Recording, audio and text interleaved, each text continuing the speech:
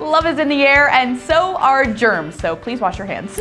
Whether you're a hopeless romantic or if you'd rather be struck by a bus than by the love bug, we have everything you need to know about Valentine's Day. Welcome to this lovable edition of Friday Five, which is presented by the Nebraska Corn Board. And number 5, according to the Society of American Florists, 250 million roses are produced for the holiday. It's expected that loved ones will spend just over $2 billion on flowers. 80% of the flowers available in the U.S. are imported from other countries, and out of all the flower exporters, Colombia and Ecuador are the top 2 countries that export to the U.S. Most of the locally grown flowers in the United States come from the state of California.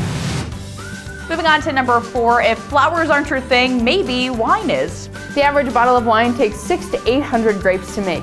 That's around 2.4 pounds of grapes. 176,000 gallons of wine will be consumed over the course of this holiday week alone.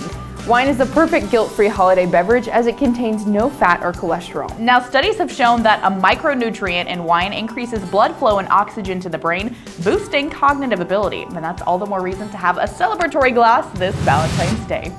And number 3 this week, arguably the sweetest thing about Valentine's Day is chocolate. Richard Cadbury created the world's first heart-shaped candy box for Valentine's Day back in 1861. Believe it or not, of the 2.8 billion pounds of candy Americans eat annually, about half of it is chocolate. It takes about 400 cacao beans to make 1 pound of chocolate, and 70% of those beans are grown in West Africa. Because cacao trees are so delicate, farmers lose up to 30% of their crop every year.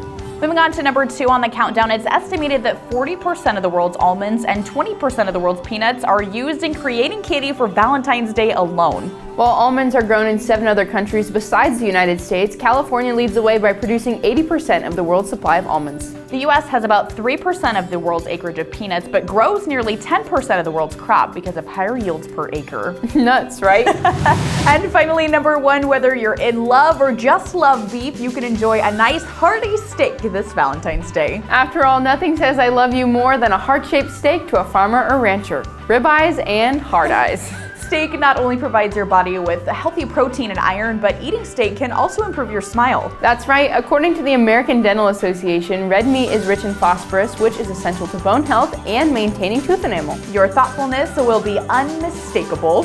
Whether you're celebrating Valentine's Day or Independence Day, go out and enjoy all this holiday has to offer. Thanks to our friends over at the Nebraska Corn Board for showing the love and sponsoring this program. We'll see you next week.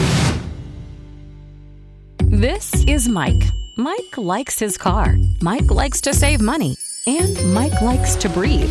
So Mike fills up with E15 with 15% American ethanol. The clean octane in E15 gives Mike the performance he wants from his engine and the clean air he wants for his family. Better yet, E15 costs less at the pump. Higher octane, cleaner air, lower cost. E15 sure gives Mike a lot to like. Discover E15 with American ethanol.